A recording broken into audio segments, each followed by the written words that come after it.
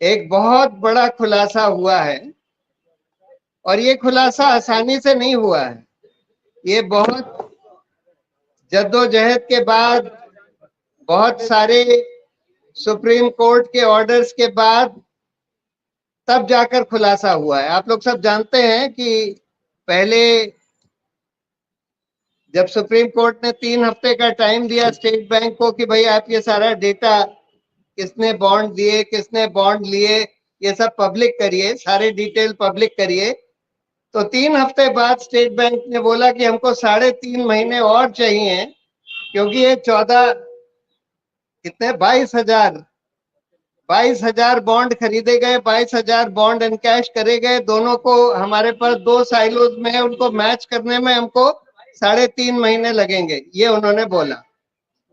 उसके बाद supreme court ने बोला कि आपके पास जो है आप दे दीजिए, और उनको 1 दिन का टाइम दिया। 1 दिन में उन्होंने दे दिया। इलेक्शन कमीशन ने अपलोड कर दिया, सबको पता लग गया किस पार्टी को कितने बॉन्ड मिले, किस जने ने कितने बॉन्ड खरीदे, किस कंपनी ने खरीदे।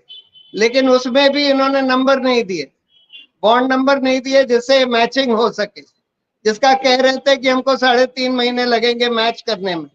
अरे भाई बॉन्ड तो दे देते, नंबर तो दे देते, नहीं दिए। उसके बाद जब सुप्रीम कोर्ट ने बोला कि अच्छा आप मैच मत करिए, दोनों तरफ नंबर दे दीजिए, तो इन्होंने कल जाकर नंबर दिए दोनों तरफ, और उसको 3 मिनट के अंदर कंप्यूटर से उसकी मैचिंग कर ली गई। बहुत सारे लोगों ने उसकी मैचिंग कर ली। 3 मिनट लगा सिर्फ, यानी कि स्टेट बैंक झूठ बोल रहा था। अब इसके बहुत सारे अब इंफॉर्मेशन कई लोगों ने निकाली है कि भाई किसने किसको चंदा दिया। नितिन सेठी हमारे पास बैठे हैं, वो आपको एड्रेस करेंगे। उन्होंने काफी एनालिसिस करी है कि किसने किसको चंदा दिया, कब दिया वगैरह। यहाँ जगदीप चोखर जी हैं, जो एसोसिएशन फॉर डेमोक्रेटिक रिफॉर्म्स, जो संस्था सुप्रीम कोर्ट गई थी इन बॉन्ड को रद्द कराने के लिए, जिनके पिटिशन पर बॉन्ड रद्द हुए। अंजलि जी हैं, राइट टू इंफॉर्मेशन की कन्वीनर भी हैं, कॉमन कॉज की बोर्ड मेंबर भी हैं, और अंजलि जी ने भी इस केस को बहुत शुरू से पूरा ट्रैक किया, इसमें पूरी जद्दोजहद करी। तो मैं पहले नितिन सेठी से बोलूंगा कि वो आपको थोड़ी और सूचना दे, जो एनालिसिस अभी तक हो चुकी है उसके बारे में, उससे क्या क्या बात निकल कर आती। आप इधर आइए।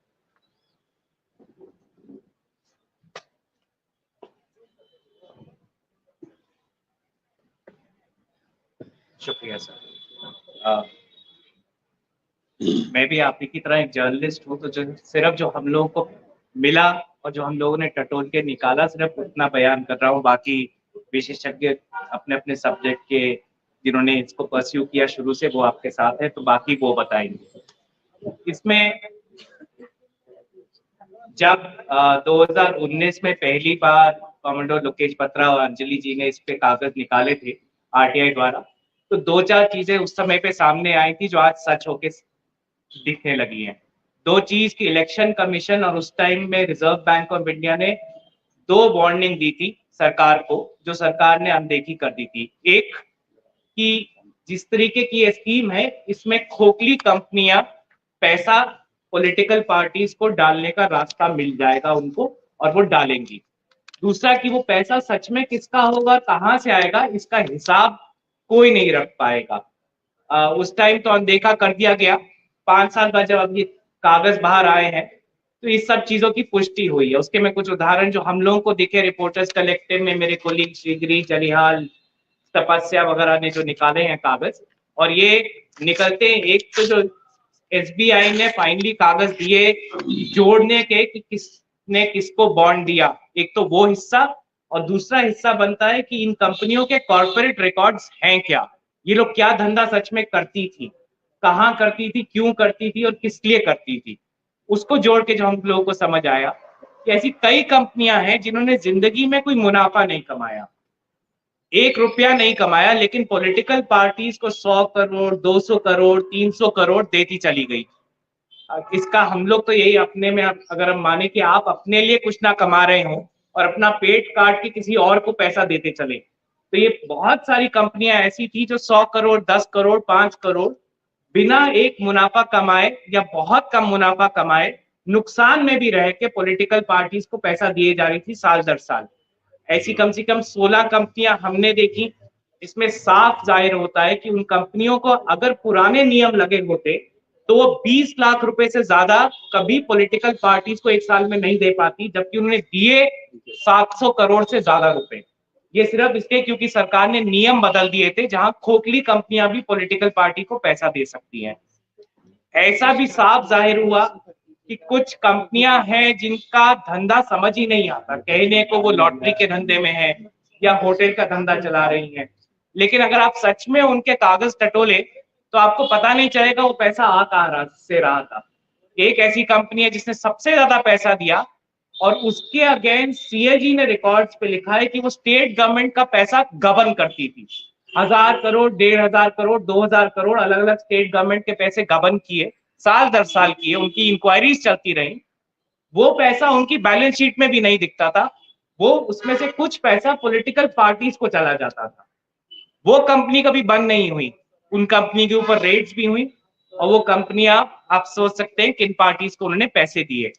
कुछ ऐसी कंपनियां जिन्होंने कई पार्टीज को पैसे दिए। कुछ ऐसे एविडेंसेस भी सामने आए हैं, अगेन कॉर्पोरेट रिकॉर्ड्स देखने से ज्यादा साफ जाहिर होता है कि कुछ कंपनियां ऐसी थी जो पैसे तब देती थी जब उनके यहाँ रेड हो जाती थी। अब एज अ जर्नलिस्ट मैं इसको इत्तेफाक भी मान सकता हूँ, मैं इससे ज्यादा नहीं बोल सकता, बट ये अचरज भरा देश होगा जहाँ इतना सारा इत्तेफाक हो रहा है कि इतनी सारी कंपनीज के रेड्स हो रही है और रेड्स होने के बाद वो एक ही पार्टी को पैसा देने के लिए थोड़ी विचलित होती है। एक तरीके से थोड़ी आयरनी भी दिखी कि हमें लगता था कि कॉर्पोरेट थोड़ा अलग रहते हैं, बिजनेस से इतना डील नहीं करते, लेकिन इतना प्रेम कुछ कंपनियों में कुछ पार्टीज के लिए देखने को मिला कि शायद हम लोगों में आपस में इतना प्रेम नहीं होता है कि पार्टी कुछ नहीं, कंपनी कुछ नहीं कर पा रही है, लेकिन हजारों करोड़ का निकाल निकाल के पॉलिटिकल पार्टीज को चुपचाप चंदे में किए जा रही है। अगर आप उन लोगों के मालिकों को देखें तो उनकी जिंदगियां ठीक है, कंपनियां खोखली हैं, लेकिन पैसा चले जा रहा है। तीसरा जो हमने बहुत अगेन एक पूरा ट्रेंड दिख रहा था कि कुछ किस्म के धंधे हैं जहां से पैसा बहुत ज्यादा निकाला जा रहा है और वो इस किस्म के धंधे हैं जहां पे सरकार से लाइसेंस लेना बड़ा जरूरी होता है। ये पुराने जमाने में लाइसेंस राज और ये सब शब्द इस्तेमाल किए जाते थे, क्रोनी कैपिटलिज्म, उसके एविडेंसेस कि ऐसा अब हो रहा है और अभी भी चले जा रहा है, उतना ही प्रचलित है, वो वक्त सामने आने के बहुत सारे एग्जाम्पल्स कॉर्पोरेट्स के दिखे हैं। कुछ चीजें जो पहले भी पता थी वो कंफर्म हुई हैं कि सबसे ज्यादा पैसा भाजपा को मिला, जो शुरू से सब लोग, अंजलि जी, चोकर जी, सब बोलते आ रहे थे। ये स्कीम बनी ऐसी है कि जो सत्ता में बैठेगा वही सबसे ज्यादा पैसा कमाएगा, क्योंकि जबकि इसको एक सीक्रेट स्कीम बोला जा रहा था। ये कागज भी सामने आए, एसबीआई बहुत दिन तक झूठ बोलता है, जैसे प्रशांत जी ने बोला, फाइनली सच बाहर आया कि सिर्फ स्टेट बैंक ऑफ इंडिया के पास एक पूरा ऑडिट ट्रेल रखा होता था ये जानने तक कि वो किस टेलर पे, किस ब्रांच में, किस शहर में इलेक्टोरल बॉन्ड खरीदा गया और किस टेलर ने किस ब्रांच में किस पॉलिटिकल पार्टी को वो फाइनली पैसा दिया। ये पूरा ऑडिट ट्रेल एसबीआई रखता था। ये एविडेंसेस भी रिपोर्टर्स कलेक्टिव ने बाहर निकाल के दिखाया कि स्टेट बैंक अपने पास ही नहीं रखता था। कुछ केसेस में स्टेट बैंक फोन करके वित्त मंत्रालय से पूछता था कि इन इलेक्टोरल बॉन्ड्स का क्या करें। एक खास केस आया जहां इलेक्टोरल बॉन्ड्स एक्सपायर हो गए थे क्योंकि वो सिर्फ 15 दिन में एनकैश करने होते हैं। तो कोई पॉलिटिकल पार्टी पहुंची स्टेट बैंक में और बोला कि ये पुराने हो गए लेकिन इस पे फिर भी आप हमें नकद दे दें। तो स्टेट बैंक ने वित्त मंत्रालय को फोन किया कि ये 20 करोड़ के इलेक्टोरल बॉन्ड हमारे पास पहुंचे, वैसे तो खत्म हो चुके हैं पर इसका क्या करें। तो वित्त मंत्रालय ने रिकॉर्ड पे उनको बोला इस पार्टी को एनकैश करने दो। वो पार्टी भाजपा थी। तो उससे ये साफ हुआ कि ऐसा नहीं कि एसबीआई अकेले काम कर रहा था, एसबीआई पूरे इंस्ट्रक्शंस लेता था फिनांस मिनिस्ट्री से हर कदम पे कि कहाँ ब्रांच खुले, कहाँ इलेक्ट्रॉल बॉन्ड बिके, कितने बिके, किस किस्म के बिके। ये पूरे डिटेल 24 घंटे 48 घंटे के अंदर वित्त मंत्रालय इसको देता था जब भी वित्त मंत्रालय उनसे मांगता था। ये चीजें पहले भी वाकिफ हम लोग थे इससे, लेकिन ये एविडेंसेस पिछले कुछ दिनों में बाहर आए हैं। साथ में जो एसबीआई ने फाइनली सुप्रीम कोर्ट में प्रशांत जी और चोकर जी के केस में जो लिखा, कई दिन तक जैसे प्रशांत जी बोले थे कि बोलते रहे कि 3 महीने लग जाएंगे, 4 महीने लग जाएंगे। जब उन्होंने फाइनली अपना बयान दिया कि हम क्या क्या इंफॉर्मेशन हमारे पास होती है, साफ हो गया कि वो इंफॉर्मेशन इस तरीके से बैंक के पास रखी थी कि वो चाहते तो पहले दिन के कुछ घंटों में ये सारा डेटा बाहर ला सकते थे।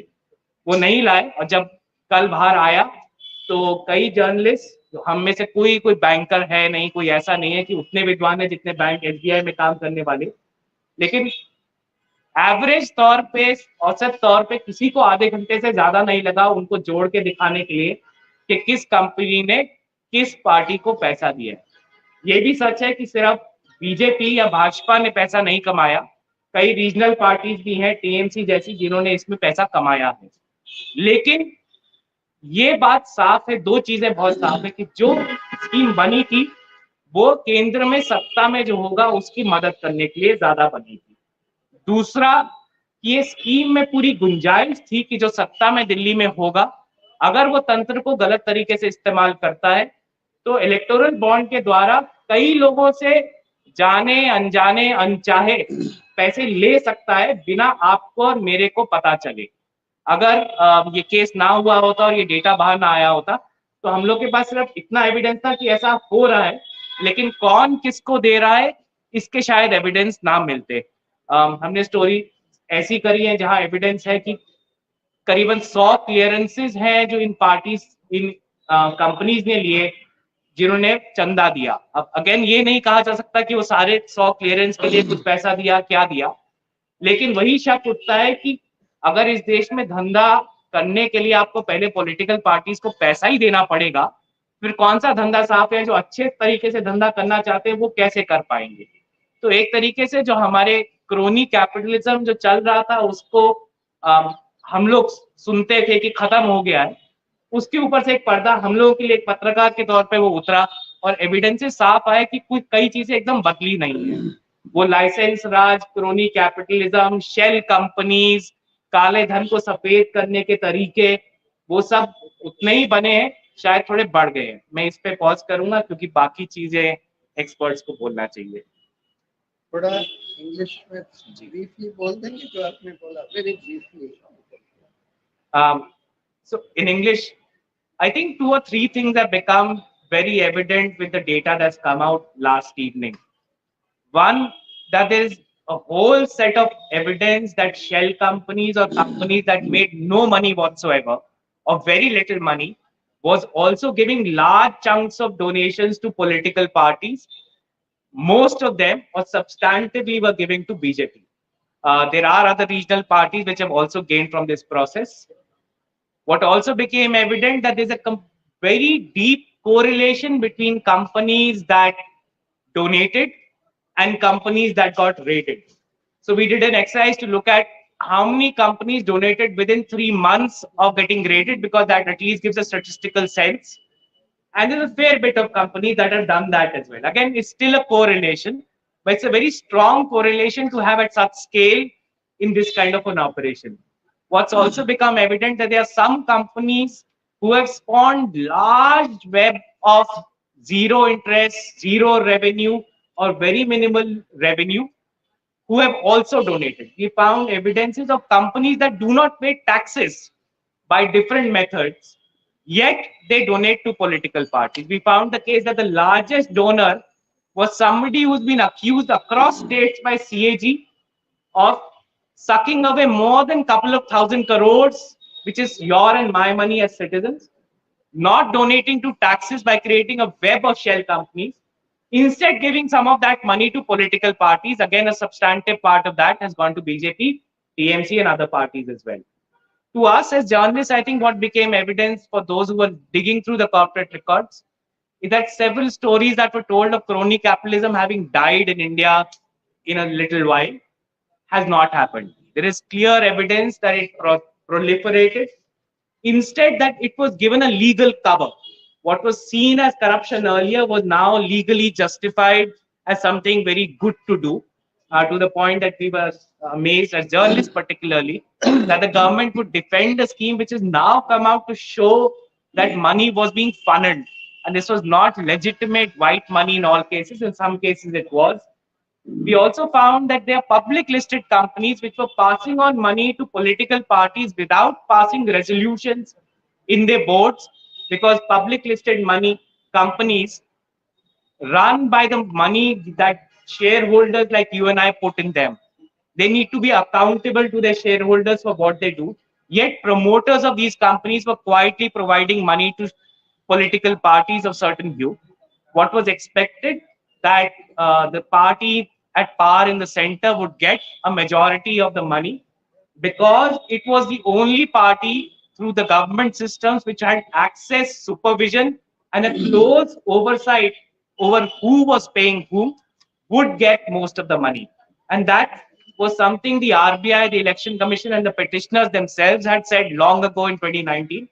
And I think that had come out with so much evidence that's irrefutable, at least to a plain eye of a journalist who may not be a banker, but some of those things became rather easy to see. I'll pause here. Thank you Nitin. Jagdeep ji आप आइए।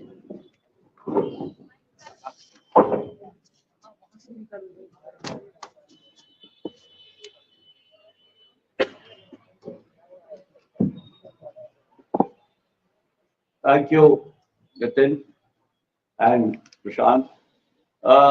सबसे पहले तो मैं ये कहना चाहता हूँ कि ये सिर्फ एसोसिएशन फॉर डेमोक्रेटिक रिफॉर्म्स की पिटीशन नहीं थी। इसमें कॉमन कॉज, जिसकी board of directors, board of governors की ट्रस्टी हमारे साथ है अंजलि, कॉमन कॉज वो को पिटिशनर। और मैं इसको साफ करना चाहता हूँ, ये सिर्फ एडीआर का काम नहीं है, इसमें कॉमन कॉज भी शामिल था और बहुत से लोग शामिल थे। तो अगर जो भी हुआ है, जो लोग यहाँ बैठे हैं उनको तो आप देख रहे हैं, बहुत से लोग हमारे पीछे थे जो इसमें शामिल हैं। मैं चाहता हूँ उनके लिए भी हम लोग सब शुक्रिया अदा करें। और सबसे खास एक आदमी जो यहाँ नहीं है वो है कमोडोर लोकेश बत्रा। उन्होंने बहुत मेहनत की है और मैं चाहता हूँ उनका नाम भी हम लोगों को याद रखना चाहिए। दूसरी बात, one thing which I want to clarify is how did it petition come about? The electoral bond scheme was announced on the 1st of February 2017. जिस दिन ये अनाउंस हुआ उसी दिन समझ में आ गया था कि इसमें कुछ गड़बड़ है। तो हम लोगों ने प्रशांत जी की मदद से और कॉमन कॉज के साथ लेके सितंबर 2017 में पिटीशन फाइल की। स्कीम नोटिफाई हुई 2018 में, जाके फाइल पहले हो गया था। तो फाइल हो गई और वो स्कीम कोर्ट में मामला चलता रहा। जब वो और इंफॉर्मेशन आई नोटिफिकेशन के बाद तो पता लगा और भी गहरी बातें हैं, और जो अंजलि जी ने और लोकेश जी ने निकाला और नितिन जी ने उसका चिट्ठा साफ किया, उससे तो बहुत बड़ी आंखें खुली। तो वो चलता रहा। 2019 में इलेक्शन आया। हमने उससे पहले भी सुप्रीम कोर्ट में याचिकाएं दी कि इसको जरा जल्दी सुन लीजिए। सुप्रीम कोर्ट ने हमारी याचिका पर ज्यादा गौर नहीं किया। इलेक्शन आया 2019 का और चला गया। किसी ने ये नहीं कहा कि इस पिटीशन का इलेक्शन पे क्या असर पड़ेगा। उसके बाद जब जब कुछ हुआ तो हमने, प्रशांत जी बैठे, हमने 5 एप्लीकेशन दायर की। 2 तो स्टे के लिए थी और 3 थी अर्ली हियरिंग के लिए। लेकिन सुप्रीम कोर्ट ने 2 हियरिंग हमारी की, एक 2019 में, एक 2022 में, लेकिन वो सब्सटैंटिव हियरिंग नहीं थी, they were perfunctory hearings. Finally the court decided to take it up in October 2023 and it reserved this judgment on November 2, 2023. Now, the comment I want to make is the court could have taken it up in 2018.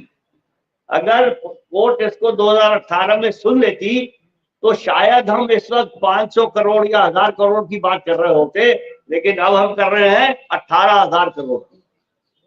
दूसरी बात, court ने फैसला सुरक्षित रखा 2 नवंबर 2023 को। अगर वो ये फैसला 1 जनवरी 2024 को सुना देते तो शायद कुछ और काम हो जाता इलेक्शन से पहले। ये भी हो सकता था कि कोर्ट इसका फैसला 4 जून 2024 को सुनाती। हमें नहीं पता कोर्ट ने ये क्यों सुनाया 15 फरवरी को। लेकिन जिस दिन से ये सुनाया गया है, ये पूछा जा रहा है, खासतौर पे मैं अपनी तरफ से ये कहता हूं कि इसका चुनाव पे क्या असर पड़ेगा। तो मैं बार बार ये कहता हूं कि हमने ये चुनाव के लिए फाइल ही की थी, हमने ये राजनीति में, राजनीतिक चंदे में स्वच्छता लाने के लिए दायर की थी। और मेरे पास हमारी प्रेयर की कॉपी है, उसमें ये था कि इस स्कीम को अनकॉन्स्टिट्यूशनल डिक्लेयर किया जाए और जो कानून 4-5 बदले गए हैं उनकी अमेंडमेंट को भी अनकॉन्स्टिट्यूशनल किया जाए। ये जो सूचना बाहर निकली है डिटेल, ये मैं सुप्रीम कोर्ट को श्रेय देता हूं कि सुप्रीम कोर्ट ने ये अपनी मर्जी से की है और ये सुप्रीम कोर्ट की दूरदर्शिता की दाद देनी चाहिए कि उन्होंने सोचा सिर्फ स्कीम को अनकॉन्स्टिट्यूशनल रखने से क्या होगा जब तक ये सूचना बाहर नहीं निकलेगी।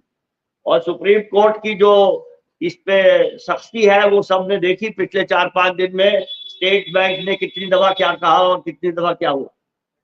तो इसका इलेक्शन पे असर पड़ेगा नहीं पड़ेगा हमें नहीं पता, ना हमारी इच्छा इलेक्शन को अफेक्ट करने की है। हम राजनीतिक पारदर्शिता चाहते हैं, इससे राजनीतिक पारदर्शिता जरूर होगी, उसमें कोई शंका नहीं है। इसमें से जो बातें निकली हैं, नितिन ने आपको बहुत कुछ बताया, but one thing is very clear, the corporate political nexus which all of us knew but there was no proof। इस मामले के बाद कोई मेरे ख्याल में पूरे हिंदुस्तान में ये तो कह नहीं सकता कि पॉलिटिकल कॉर्पोरेट नेक्सस नहीं है। और अगर कॉर्पोरेट पॉलिटिकल नेक्सस है तो जो गरीब आदमी हैं उनका क्या होगा, उनकी वोट का क्या फायदा है। तो therefore this is a major improvement towards strengthening democracy। और इस पे अभी बहुत काम बाकी है, बहुत तो नितिन जैसे लोग भी कर रहे हैं, आपकी सब चैनल वाले भी कर रहे हैं, अखबार वाले भी कर रहे हैं, एक बड़े छोटे दौर पे हम भी कर रहे हैं क्योंकि हम बड़ी छोटी सी संस्था है। लेकिन मैं आपको एक उदाहरण दूंगा कि आगे क्या काम बाकी है, फिर उसके बाद मैं अपनी बात खत्म करूंगा। कमोडोर बत्रा ने स्टेट बैंक से पूछना शुरू किया कि ये इलेक्टोरल बॉन्ड छपवाने पे कितने पैसे खर्च होते। कमोडोर बत्रा बड़े काम के आदमी है, तो उन्होंने बार बार पूछा और ये समझ में आया कि कई करोड़ रुपए के खर्चे, ये बॉन्ड छापने में खर्चा लगा। वो खर्चा किसने दिया, बत्रा जी ने वो भी पूछा। वो खर्चा वित्त मंत्रालय ने दिया। जब आप बैंक में जाते हैं ड्राफ्ट बनवाने तो आपको मुफ्त में तो कहीं मेरे ख्याल में तो नहीं मिलता होगा, कमीशन देना पड़ता है। कुछ भी काम हो, चेकबुक लेनी है तो कमीशन। इलेक्टोरल बॉन्ड छपने का और हैंडलिंग चार्जेस जितने स्टेट बैंक के थे वो फाइनेंस मिनिस्ट्री ने दिए। फाइनेंस मिनिस्ट्री के पास जो पैसा है वो मेरे ख्याल में हम सबका है, जनता का पैसा। राजनीतिक दलों को कंपनियां चंदा दे रही हैं, उसको करवाने के लिए जो खर्चा है वो हम लोग दे रहे हैं। ऐसी चीजें अभी बहुत निकलनी बाकी हैं, ये एक ही उदाहरण दे रहा हूं। तो मेरी आप लोगों से गुजारिश है कि इस डेटा को खंगालिए और बड़ी पतली छलनी से खंगालिए। ऊपर की बातें जो अभी निकल रही हैं ये तो बिल्कुल वो अंग्रेजी में कहते हैं टिप ऑफ द आइसबर्ग। ये तो बड़ी बातें हैं, भाई उसने 1,000 दे दिया, उसने 6,000 दे दिया, लेकिन इसकी गहराई में जाने की जरूरत है। उसमें शायद 5-10 साल लगेंगे। मैं 5-10 साल शायद नहीं रहूंगा, लेकिन आप मैं देख रहा हूँ बड़े नौजवान लोग हैं, तो सबको इसमें जुड़ना है और इसको जड़ तक ले जाना है। Thank you.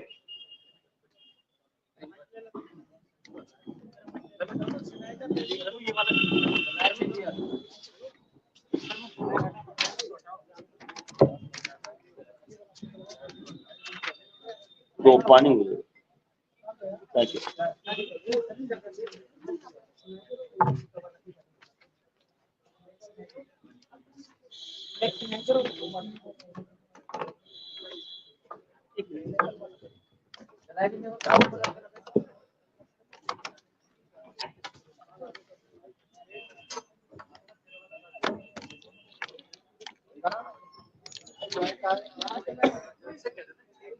भाई डोनेशन बॉयज उठा दियो या डोनेशन। हां ये तो चलो हां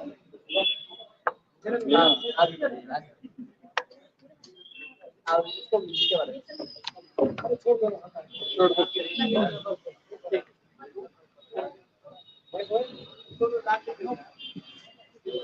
मैं अपनी बात ये कहकर शुरू करना चाहूंगी कि जो ये जजमेंट आई है वो एक बहुत बड़ी विक्ट्री है हम सभी लोगों के, देश में जो भी नागरिक हैं, हम सभी के सूचना के अधिकार के लिए।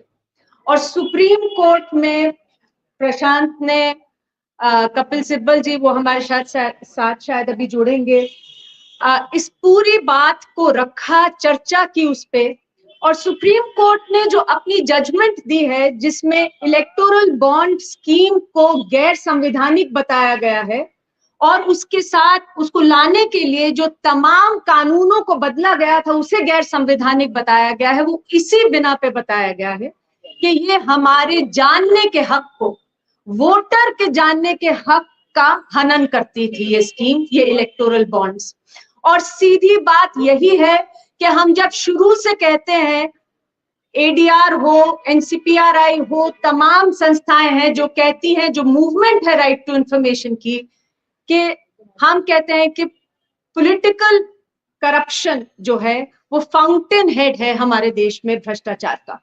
और वो इसीलिए होता है क्योंकि जो कंपनियां हैं वो पैसे देती हैं, अपने फायदे के लिए चंदा देती हैं पॉलिटिकल पार्टीज को, जिससे कि वो अपने फायदे का काम करा सके, ना कि जनहित का काम कराएं।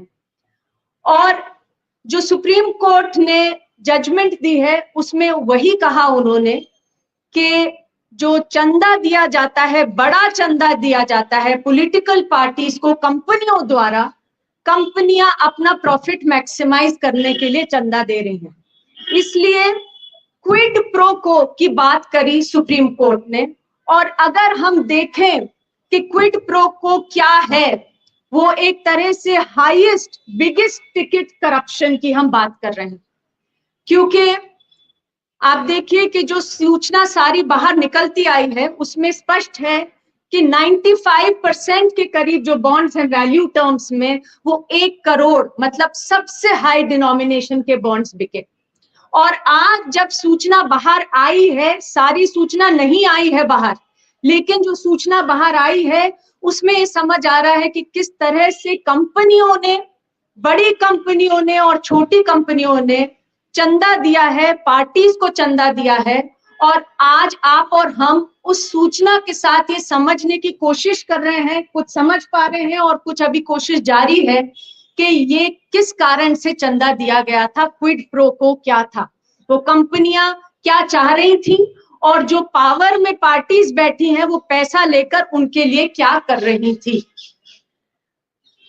अब अगर हम लोग सूचना को देखें जो हमारे सामने आई है, सुप्रीम कोर्ट ने कहा कि 12 अप्रैल 2019 के बाद की सारी सूचना जो है वो लोगों के साथ शेयर करी जाए, इलेक्शन कमीशन ऑफ इंडिया के थ्रू एसबीआई शेयर करें।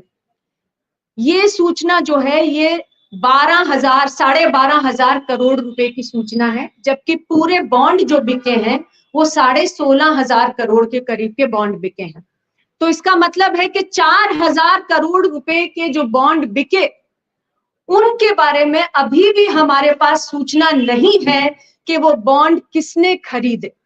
और ये सूचना, जैसे हम देख पा रहे हैं, कितनी जरूरी है क्विड प्रो को, भ्रष्टाचार, किकबैक्स, इन सब को इस्टेब्लिश करने के लिए।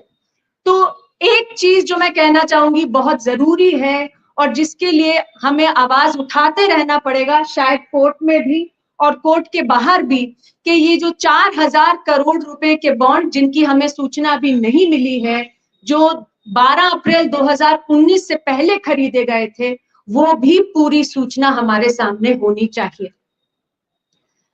सूचना क्या निकल के आ रही है, नितिन ने बहुत इसके बारे में चर्चा की, मैं बहुत डिटेल में नहीं जाऊंगी, पर जो 3 या 4 मुख्य समस्याएं थी उसके बारे में तो खुला हमें दिख रहा है कि कैसे जो चीजें हैं डॉट्स जुड़ रही हैं।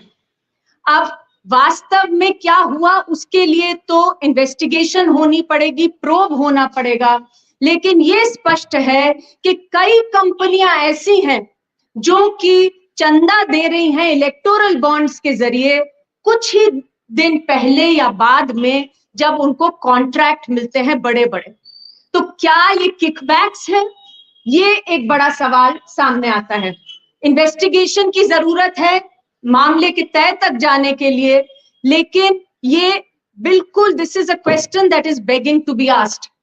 दूसरी चीज, क्विड प्रो को और एक्सटॉर्शन, क्योंकि हम ये देख रहे हैं कि इतनी सारी कंपनियां हैं जहां पर ईडी के रेड होते हैं, सीबीआई के रेड होते हैं, आईटी डिपार्टमेंट रेड करते हैं, और उसी दौरान कहीं ना कहीं वो इलेक्टोरल बॉन्ड खरीदते हैं, और कई जगह पर वो इलेक्टोरल बॉन्ड रूलिंग पार्टी को दिए जाते हैं, जो सेंटर पे रूलिंग पार्टी है भारतीय जनता पार्टी।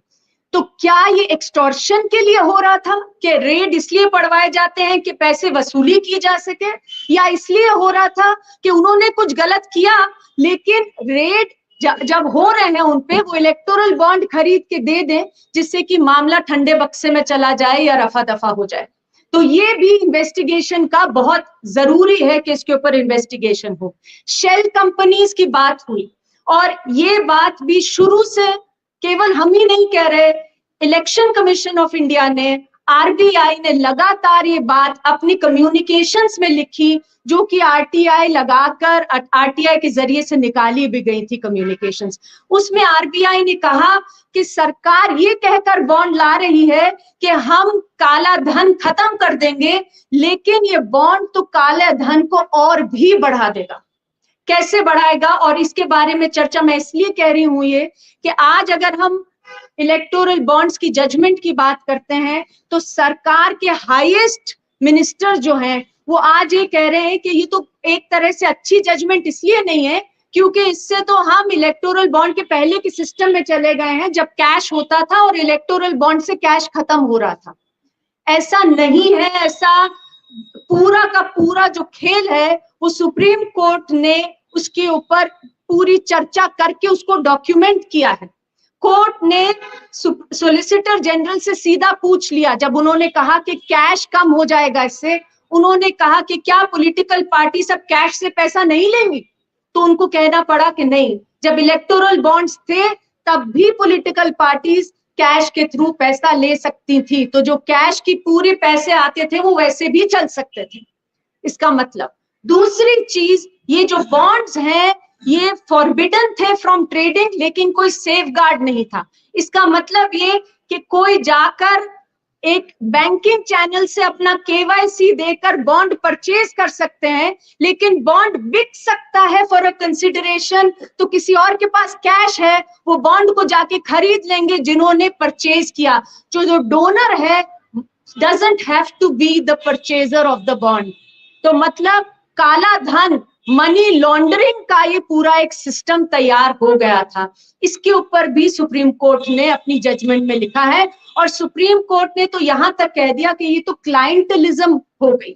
मतलब जो कंपनियां हैं वो पैसे दे रही हैं अपना काम कराने के लिए पॉलिटिकल पार्टीज को कि वो सत्ता में बैठी हैं। और इसमें मुझे लगता है कि सबसे एक जो अहम सवाल है जिसे हमें भूलना नहीं चाहिए वो है इंस्टीट्यूशंस का क्या हाल है हमारे लोकतंत्र में, वो जो ये पूरा केस दर्शाता है। पहली चीज, बार बार जो प्रशांत ने कहा, जो जगदीप जी ने भी कहा कि एसबीआई ने आकर सूचना देने की बजाय कहा हम इलेक्शन के बाद सूचना देंगे 4 महीने बाद, क्योंकि हमें इतनी समय लगेगा सूचना आने में।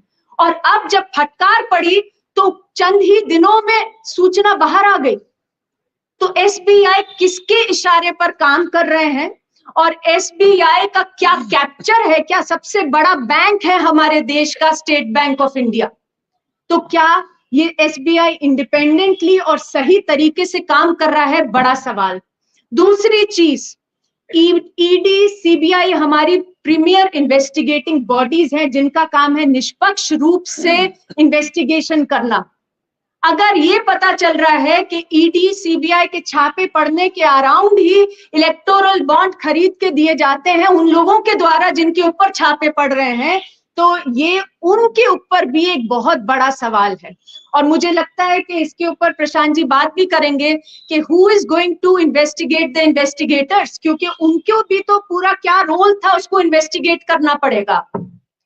और अगर आप देखें, हम सुप्रीम कोर्ट को आज कह रहे हैं कि बहुत अच्छा जजमेंट आया है, लेकिन क्या इस जजमेंट को आने में 7 साल लगने चाहिए थे? एक जनरल इलेक्शन इलेक्टोरल बॉन्ड्स के पैसे के साथ 2019 में हुआ, फिर इतने स्टेट इलेक्शंस हुए हैं इस चंदे के साथ, जो कि पूरी तरह से देश में लेवल प्लेइंग फील्ड को डिस्ट्रॉय कर रहा है। और अब जब ये जजमेंट आया है, बिल्कुल एक और चुनाव सामने है, जो पैसे बटोरे जाने थे वो बटोरे गए। तो क्या सुप्रीम कोर्ट के ऊपर भी आज नहीं सवाल उठ रहा कि इतना समय इतनी जरूरी जजमेंट देने में क्यों लगा? और ये सवाल भी हमें पूछते रहना होगा। और मैं केवल एक बात कह के अपनी बात को समाप्त करूंगी कि आज हम कह रहे हैं कि हर तरह से जो लोकतंत्र है उस पर प्रहार चल रहा है। और अभी हाल ही में चीफ मिनिस्टर्स हैं जिनको की गिरफ्तार कर लिया गया है। और आज जब दिल्ली चीफ मिनिस्टर की गिरफ्तारी की बात हुई, रिमांड की बात हुई, तो कोर्ट के अंदर ये कहा गया, उनके अप्रूवर का नाम लिया गया शरद चंद्र रेड्डी जो है। और अगर हम इलेक्टोरल बॉन्ड में जो डेटा निकला है उसको अगर हम देखेंगे तो शरद चंद्र रेड्डी जो है उनकी औरोबिंदो फार्मा लिमिटेड करके कंपनी है। और वो दिख रहा है उस पूरी सूचना जो बैठ के अब सारे जर्नलिस्ट जिसको देख रहे हैं कि 5 करोड़ रुपए उनकी कंपनी ने चंदे में दिए इलेक्टोरल बॉन्ड्स के थ्रू 5 दिन बाद जब वो अरेस्ट हुए उसके। और उसके बाद भाजपा को वो पैसे गए। तो ये ऐसा नहीं है कि कहीं पे भी खरीद के उन्होंने दे दिए, भाजपा को चंदा दिया। उसके बाद दिल्ली हाई कोर्ट में बेल जब उन्होंने अप्लाई करा बेल लेने के लिए, मई 2023 में उनको बेल दे दी गई। लेकिन इसमें जरूरी बात क्या है, ईडी ने बेल को अपोज नहीं किया। आप खुद सोचिए कितने केसेस हैं जिसमें ईडी बेल को अपोज नहीं करता है। ईडी ने बेल को अपोज नहीं किया, मेडिकल ग्राउंड्स पर बेल दी गई। जो हमें समझ में आई है बात अभी तक, इसकी आप लोग और पुख्ता सूचना निकालिए, उनकी कमर लोअर बैक में दर्द था, ये मेडिकल ग्राउंड था और उन्हें बेल दी गई। ईडी ने उस बेल को अपोज नहीं किया। और फिर जून 2023 में 1 महीने के बाद रफली वो अप्रूवर टर्न हुए, उन्हें पार्डन मिल गया और 25 करोड़ के बॉन्ड और खरीद के चंद ही दिन बाद उनकी कंपनी ने भारतीय जनता पार्टी को दिए। तो मुझे लगता है कि ये जो पूरी बॉन्ड की जो इंफॉर्मेशन सामने आई है, ये सारी सूचना को बहुत बारीकी से देखने की जरूरत है और जोड़ने की जरूरत है कि हमारे लोकतंत्र में आज क्या हो रहा है, हमारे इंस्टीट्यूशंस की क्या कहानी बता रही है ये, और जो हम देश में होता हुआ देख रहे हैं वो कैसे इन सब चीजों से, खेल के पैसे से जुड़ा है। शुक्रिया।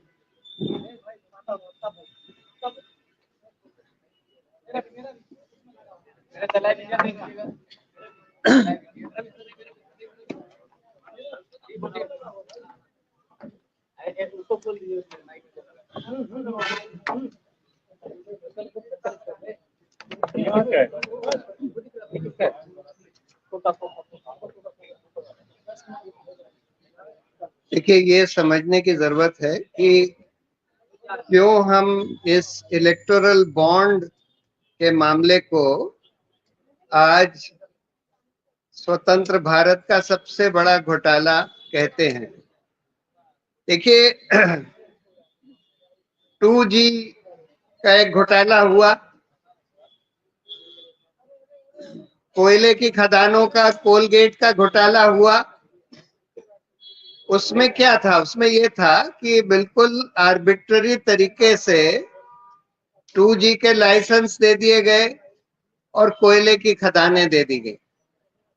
उस केस में मनी ट्रेल नहीं थी, लेकिन सुप्रीम कोर्ट ने एक कोर्ट मॉनिटर्ड इन्वेस्टिगेशन ऑर्डर किया। अब इलेक्टोरल बॉन्ड में क्या निकल कर आया है? देखिए, हम लोगों ने थोड़ी अभी प्रिलिमिनरी क्विक एनालिसिस करी है, और क्योंकि आधा इलेक्टोरल बॉन्ड 50% भाजपा को मिला है, तो हमने भाजपा की थोड़ी ज्यादा गहन एनालिसिस करी। अब मैं आपको बता दूं कि 4 तरीके से या 3 तरीके से घूस ली गई इलेक्टोरल बॉन्ड के जरिए।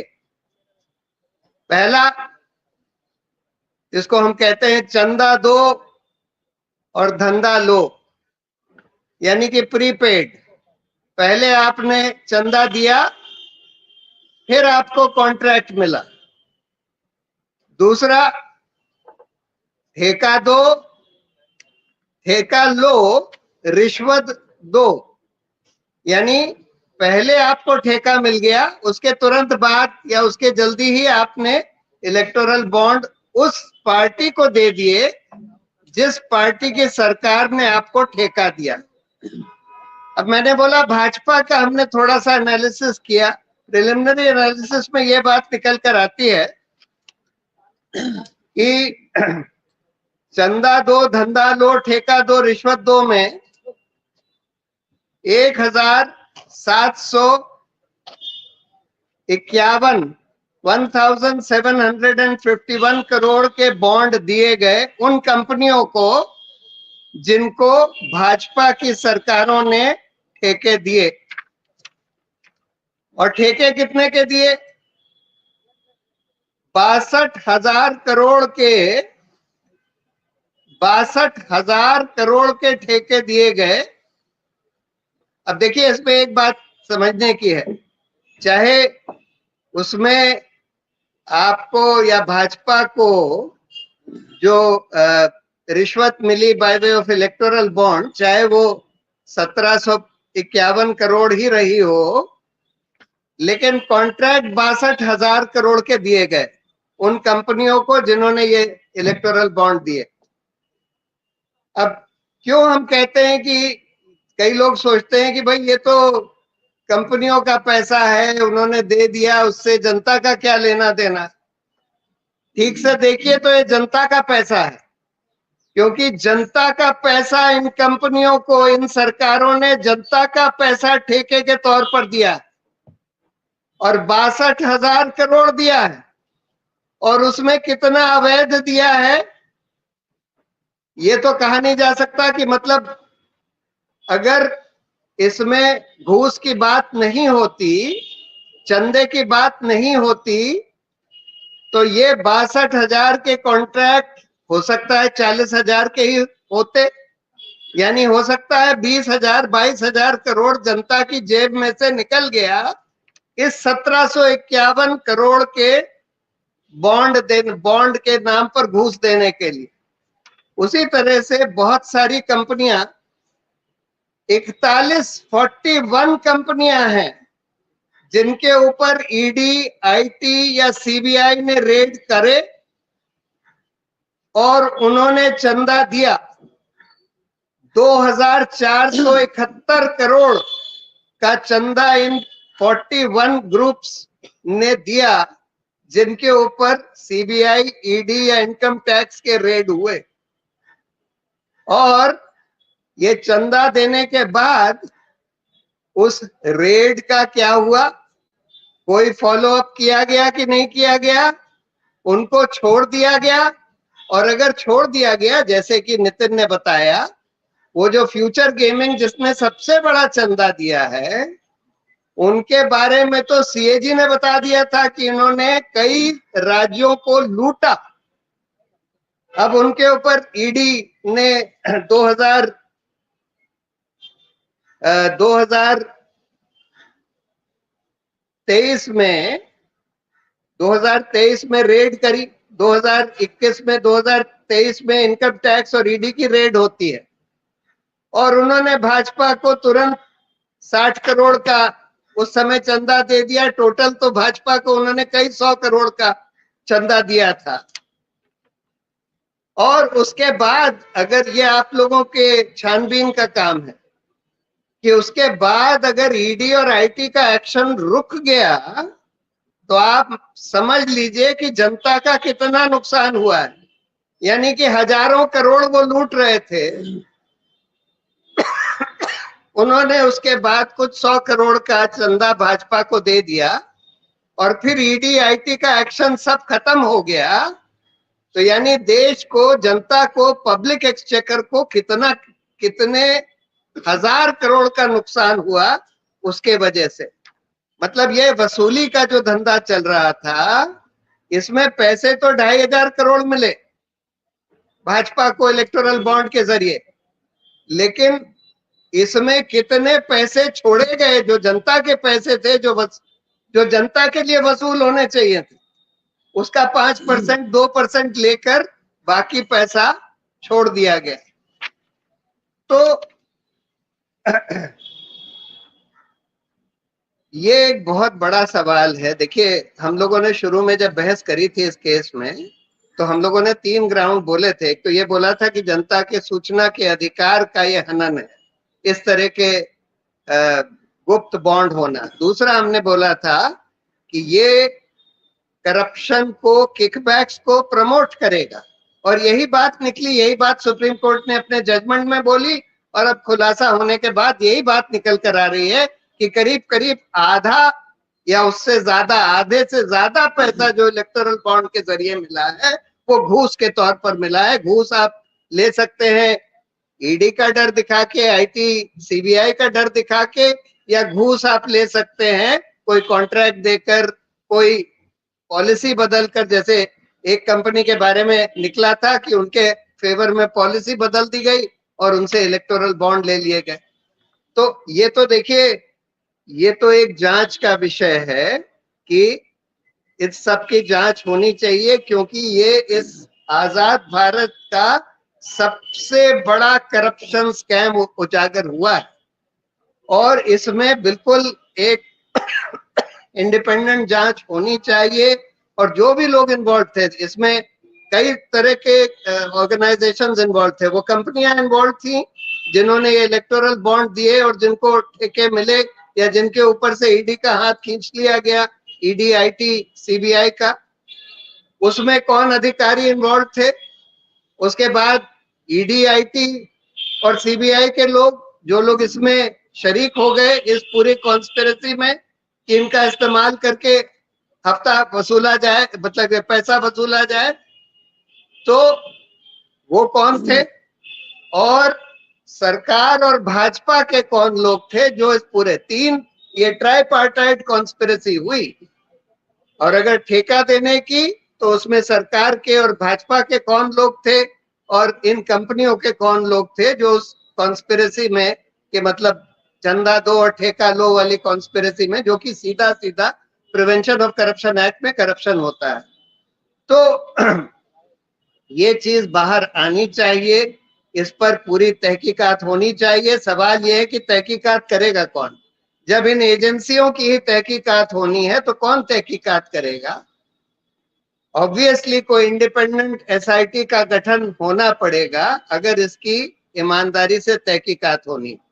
लेकिन अभी तो आप लोगों को, आपकी सबकी ड्यूटी है कि इसकी पूरी छानबीन करिए कि भाई इन लोगों ने कब पैसा दिया, कब इनके ऊपर ईडी की रेड हुई, आईटी की रेड हुई, कब हाथ खींच लिया गया, उसके बाद कुछ हुआ कि नहीं हुआ।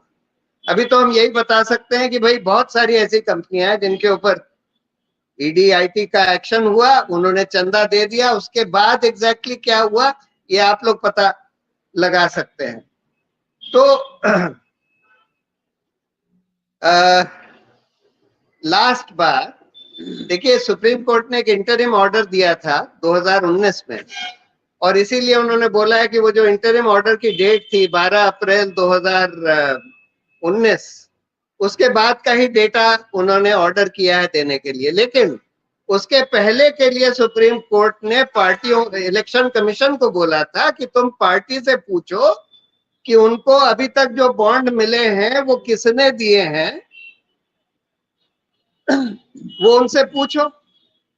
इलेक्शन कमीशन ने पूछा, और बड़े अजीब बात है कि छोटी छोटी पार्टियों ने तो बता दिया कि हमको किसने दिए हैं इलेक्टोरल बॉन्ड, लेकिन जो बड़ी पार्टियां हैं, भाजपा, कांग्रेस, टीएमसी, इन लोगों ने नहीं बताया कि किसने दिए हैं। और एक पार्टी ने तो, जेडीयू ने तो ये कह दिया कि हमारे यहाँ कोई दरवाजे के नीचे छोड़ गया था, भाजपा वगैरह ने बोल दिया कि भाई हमको पता नहीं, हम कोई रिकॉर्ड नहीं रखते। अरे आप 8,000 करोड़ इलेक्टोरल बॉन्ड का चंदा ले लेते हैं और आप कहते हैं हम कोई रिकॉर्ड नहीं रखते, हमको नहीं पता कौन दे गया। कमाल की बात है। तो कायदे से इन पार्टियों को भी ये सारा पूरा डेटा कायदे से बाहर आना चाहिए, 2019 के पहले का भी। और जैसे मैंने बोला, ये तो दिखाता ही है कि भाई हमारा जो पूरा लोकतंत्र है उसमें पैसे का कितना खेल हो गया है। ये देखिए, इलेक्शन में हर कैंडिडेट के ऊपर एक लिमिट होती है, 75 लाख कितना आप खर्च कर सकते हैं। यानी अगर भाजपा 500 कैंडिडेट लगाती है, एक कोई पार्टी 500 कैंडिडेट लगाती है लोकसभा में, तो टोटल वो 400 करोड़ से कम खर्च कर सकते हैं। और यहां आपने देखा कि इलेक्टोरल बॉन्ड के ही जरिए सिर्फ 5-6 साल में सिर्फ एक पार्टी को, भाजपा को 8,250 करोड़ सिर्फ इलेक्टोरल बॉन्ड से मिल जाते हैं। यानी कहां 400 करोड़, कहां 8,000 करोड़। अगर आपने कोई लिमिट लगाई है कैंडिडेट्स पर और कोई लिमिट नहीं लगाई है पॉलिटिकल पार्टीज के ऊपर, तो फिर कैंडिडेट्स के ऊपर लिमिट लगाने का कोई मतलब ही नहीं है। अगर वो पार्टियां उससे 20 गुना 30 गुना ज्यादा खर्च कर सकती हैं। और जो वो कैश की बात कह रहे थे ना कि भाई हम कैश खत्म करना चाहते थे पॉलिटिकल प्रोसेस से, इस वजह से हम इलेक्टोरल बॉन्ड लाए, वो कैश तो पूरी तरह से चल रहा है। अगर कैश खत्म करना था तो उसका बड़ा सिंपल तरीका था। जब आपने डिमोनेटाइजेशन किया तो आपने बोला कि भाई हम कैशलेस इकोनॉमी बनाना चाहते हैं, यानी कि हम चाहते हैं कि लोग सिर्फ बैंक के ट्रांजैक्शन से पैसे का ट्रांजैक्शन लेन देन करें। ऑर्डिनरी लोगों को तो आप नहीं बाध्य कर सकते कि भाई आप सिर्फ बैंक से ही लेन देन करिए, लेकिन पॉलिटिकल पार्टीज और कैंडिडेट्स को तो कर सकते थे। एक लाइन का रिप्रेजेंटेशन ऑफ पीपल एक्ट में बस अमेंडमेंट लाना था कि political parties and candidates will only take money and spend by banking channels and will not be entitled to take cash or spend in cash। अगर आप ये कर देते और अगर आपको पकड़ लिया गया कैश लेते हुए या देते हुए, तो फिर उसको करप्ट प्रैक्टिस माना जाएगा, आपको डिस्क्वालीफाई कर दिया जाएगा। इतना सा अमेंडमेंट लाना था, उससे कैश करीब करीब बंद हो जाता, लेकिन वो लाए नहीं और उल्टा इलेक्टोरल बॉन्ड ले आए, जिससे जो व्हाइट मनी भी था, जो बैंक के थ्रू भी था, वो भी सारा पैसा अवैध होकर इस तरह से घूस वूस के थ्रू दे दिया गया। तो यहाँ पर हम लोग अपनी बात खत्म करते हैं। कपिल सिब्बल जी को आना था, अनफॉर्चुनेटली उन्होंने मुझे अभी थोड़ी देर पहले मैसेज भेजा था कि पिछले 3 दिन में वो सिर्फ 5 घंटा सोए हैं, बहुत ज्यादा थके हुए हैं, इसलिए वो नहीं आ पाए। आप लोगों के कोई सवाल हो तो उसके जवाब हम लोग दे सकते हैं, थोड़े से सवाल। इसकी कैसे होगी? कई बड़े घोटाले हुए हैं, ये कैसे, इसका कैसे जांच होगी? कौन करेगा? नहीं, जांच मैंने ये नहीं बोला जांच होगी, मैंने बोला जांच होनी चाहिए, होनी चाहिए।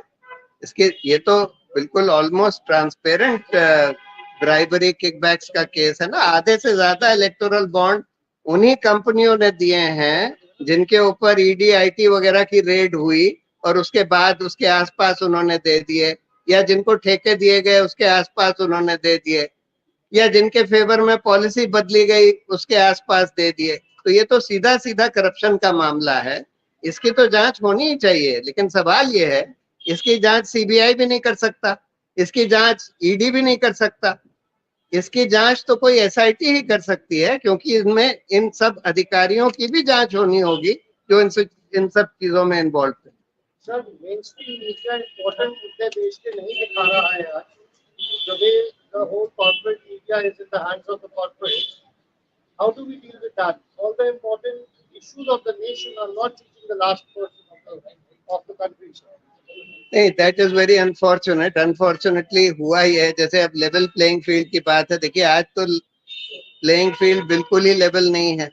पैसा सब एक पार्टी के पास है, दूसरी पार्टियों का तो पैसा फ्रीज कर दिया है।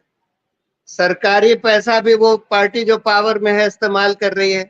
सारा सरकारी पैसे पर एडवर्टाइजमेंट हो रहा है, सेल्फी पॉइंट्स वगैरह बनाए गए हैं, विकसित भारत कैंपेन सरकारी अफसरों को यूज किया जा रहा है, सरकारी हवाई जहाज यूज करे जा रहे हैं प्रधानमंत्री की कैंपेन वगैरह के लिए। और मीडिया जो है ज्यादातर सरकार के कंट्रोल में आ गई है। उन्होंने एडवर्टाइजमेंट्स के थ्रू या ईडी वगैरह का डर दिखाकर सबको कंट्रोल में ले लिया है। सिर्फ जो ऑल्टरनेट मीडिया है, जो आज मतलब मेन स्ट्रीम मीडिया में इक्के दुक्के हो सकते हैं, लेकिन ऑल्टरनेट मीडिया में लोग हैं, वो लोग काम कर रहे हैं, उसके जरिए कम से कम ये इंफॉर्मेशन लोगों तक पहुंचनी चाहिए। तो So, sir, is that corporatization of media absolutely against the democratic system principles? देखिए ये सब बात की बात है, this is not directly related. और लोग कुछ पूछना चाहते हैं? एक मिनट लेते हैं।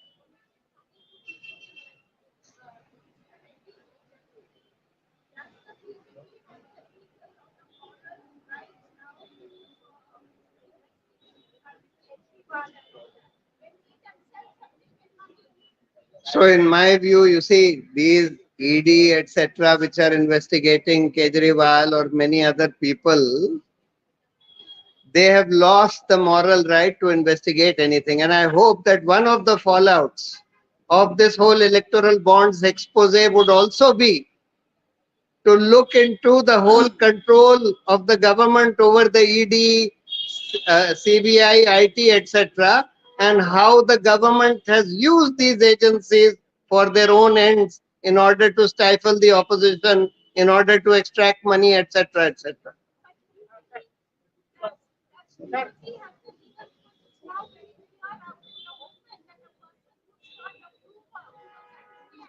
I know, you see, now this is now for the people to judge. Our job, your job is only to put these facts before the people. Can I say something? In response to the question about who will investigate, and also in response to the question that the mainstream media does not do what they are supposed to do, I think we all are responsible to make people at large aware. You know, why should corporate media do this? To be a devil's advocate. जनता को समझाने की जिम्मेवारी किसकी है? किसी की भी नहीं है, या जो जिम्मेवारी समझता है उसकी है। तो मेरा जवाब तो आपको ये होगा कि जनता को इसको इन्वेस्टिगेट करना चाहिए। And my answer to you, sir, is we have to make people aware of what is being done to them. You know, nobody, no agency or organization can you say कि तुमने इसका ठेका लिया और तुम ये करो। भाई हमने ये जो किया है ADR ने और कॉमन कॉज ने, हमें किसी ने कहा था ये करेगी?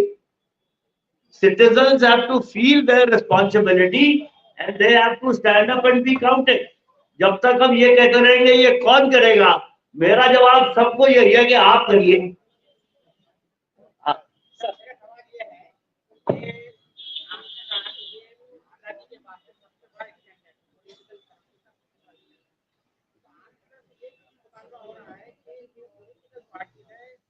कंपलसरी कर दिया जाए कि वो क्राउड फंडिंग करे, कौन करेगा? और जो है उसका जो है मार्केट फंडिंग को जो है बैन किया है।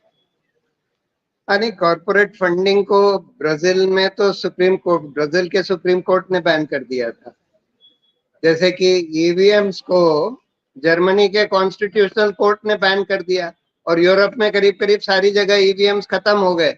लेकिन हिंदुस्तान में वही पार्टी जो पहले जब पावर में नहीं थी, वो कहती थी कि भाई ईवीएम से बड़ी बेईमानी हो रही है, ईवीएम हटाओ, लोकतंत्र बचाओ, वही आज अब अड़ी हुई है कि भाई हम ईवीएम का कुछ नहीं होने देंगे। अभी जब लोग डिमांड कर रहे हैं कि भाई जो वीवीपैट की स्लिप है लोगों के हाथ में दे दो, ऑपोजिशन सब डिमांड कर रही है, और उसको बैलेट बॉक्स में डाल दिया जाए और उसकी काउंटिंग हो जाए, तो उसमें क्या प्रॉब्लम है?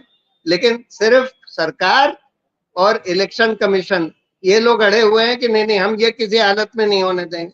तो ये तो सब प्रॉब्लम है। एक और सवाल ले लेते हैं यहाँ से, एक मिनट। यस यस बात। सवाल I would like to ask this question yet again. Your comments on Arvind Kejriwal's arrest and the arrest of other two leaders of his party, that is Satyendra Jain and Manish Sisodia. Even when Supreme Court initially and various other tribunals initially said that ED's case is not tenable in front of law. What is your अभी plus one सब चल रही है। how So you see, how are you assessing? I do not know what really happened in this case. All that I know is, in this liquor case, all that I know is that there is no documentary evidence against Kejriwal or probably even against Manish Sisodia in this matter. The only evidence that the ED seems to be relying upon is some oral evidence of the approver.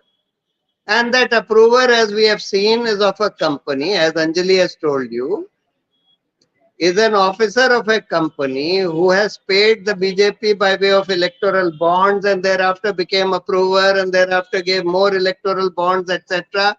So, I mean, in a case where you have such transparent evidence of the governments giving, governments belonging to those very parties giving contracts,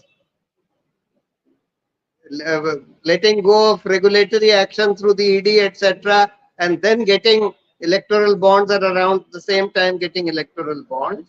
You are arresting a chief minister. In my view, it's totally wrong to arrest a chief minister on the eve of elections on the basis of such evidence of an approver. It's totally wrong. Sir एक छोटा सवाल है, जिस तरह से corporate अपना पंजा बढ़ा रहा है, ऐसे में इलेक्टोरल बॉन्ड से पहले भी कॉर्पोरेट इनको बड़ी बड़ी फंडिंग कर रहा है। हाँ, इससे कोई रुकने का कोई चांस लग रहा है थोड़ा सा? वो तो कॉर्पोरेट वो बने हुए हैं। वो तो बने हुए हैं। देखिए, इससे बस ये फर्क हुआ, पहले तो आपको फंडिंग जो आप करते थे, या तो आप कैश दीजिए, कैश तो अभी भी देते हैं, बहुत सारे लोग कैश देते हैं, या फिर आप बैंक के थ्रू दीजिए, जिसका आपको अपने कंपनी के रिकॉर्ड में बताना होगा कि आपने इतना पैसा इस पॉलिटिकल पार्टी को दिया। लेकिन ये जो इन्होंने इलेक्टोरल बॉन्ड से गुप्त बना लिया, इसकी वजह से घूसखोरी खूब चली, क्योंकि जब लोगों को पता नहीं लगेगा कि किसने किसको दिया, तब लोग सोचेंगे कि अच्छा हम घूस दे देते हैं, किसी को पता क्या लगेगा। नीला तो सभी को है, कुछ कम कुछ ज्यादा। एक मिनट। हाँ, देखिए, 2017 से पहले देश में राजनीतिक चलने का सिस्टम ठीक नहीं था। हम लोग 25 साल से ये काम कर रहे हैं, 1999 से। अगर सब ठीक होता तो हम 2016 तक कुछ भी ना करते। 2017 में एक नई चीज आई थी, अब वो खत्म हो गई है, तो फिर वही काम शुरू होगा जो पहले चला।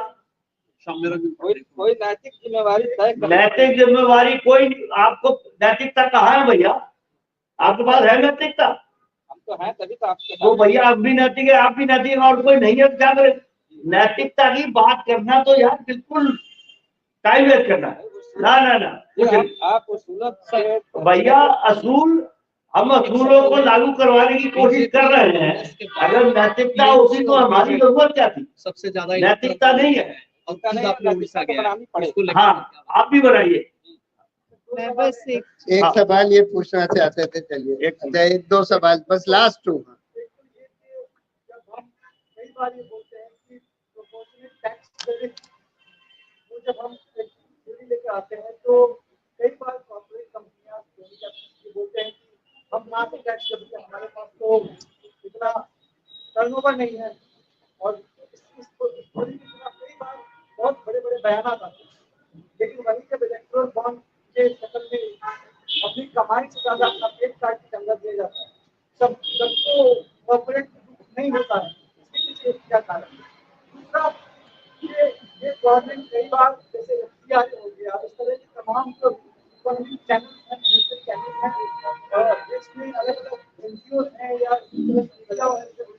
ऊपर शिकंजा कसती है, लेकिन अपने इस तरह के जो रास्ते बनाते हैं जो एकदम गुमनाम सा रहता है, जिसका बिना अता पता नहीं है, इसके ऊपर आप क्या कहना चाहते हैं?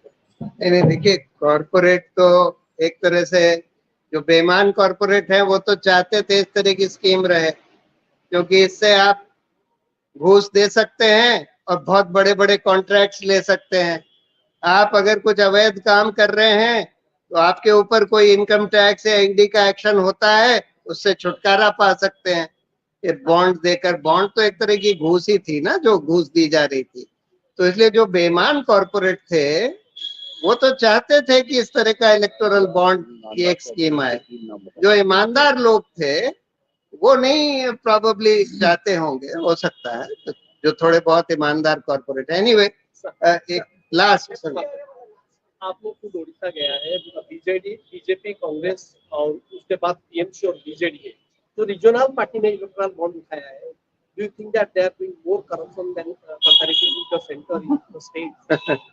नहीं, ये तो ठीक है कि इन लोगों ने भी कॉन्ट्रैक्ट्स वगैरह दिए होंगे। अगर ये रीजनल पार्टीज को जो बॉन्ड्स मिले, जिन कंपनियों से मिले, ये देखा जाए, जरूर उसमें से काफी सारे बॉन्ड जो रीजनल पार्टीज को मिले हैं वो भी घूस के तौर पर मिले होंगे, ये मेरा अनुमान है। इसकी एनालिसिस करी जा सकती है कि स्टेट गवर्नमेंट जो कंट्रोल कर रही थी उन्होंने क्या ठेके दिए, क्या लीजेस दी, क्या लाइसेंसेस दिए, वगैरह वगैरह। उसकी एनालिसिस होगी तो यही बात निकल कर आएगी कि उन लोगों को भी उन्होंने ठेके दिए और उसकी वजह से उनको बॉन्ड मिले। लेकिन ये जो एक भाजपा की तरफ से तर्क दिया जा रहा है कि भाई हमारा पर एमपी हमको इलेक्टोरल बॉन्ड कम मिला, देखिए दूसरी पार्टी के तो बस 5 एमपी हैं, उनको इतने मिल गए, हमारे तो 300 एमपी हैं, हमको पर एमपी कम मिला। तो मतलब ये तो कोई बात नहीं हुई ना कि हम बड़ी पार्टी हैं तो हमको बड़ा करप्शन करने का राइट है, तो आप छोटी पार्टी हैं तो आपको छोटा ही करप्शन करने का राइट था। मतलब इस तरह का तर्क दिया जा रहा है भाजपा के द्वारा।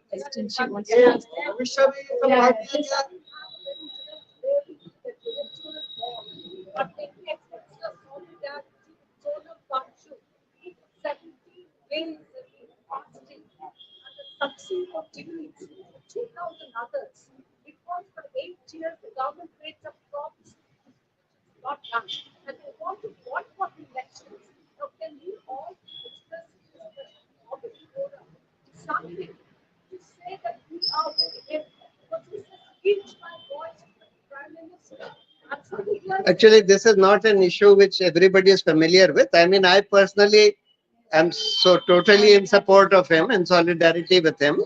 But it's not something which we can ask everybody to sort of express solidarity, because many people may not be aware of I it. just want to say one thing, that electoral bond का मुद्दा लगता है कि पता नहीं कौन सी company किसको दे रही है ठेके, लेकिन ये हम सबकी जिंदगियों से जुड़ा है। 7 फार्मा कंपनी जिनकी क्वालिटी पुअर बताई गई ड्रग्स की, वो इलेक्टोरल बॉन्ड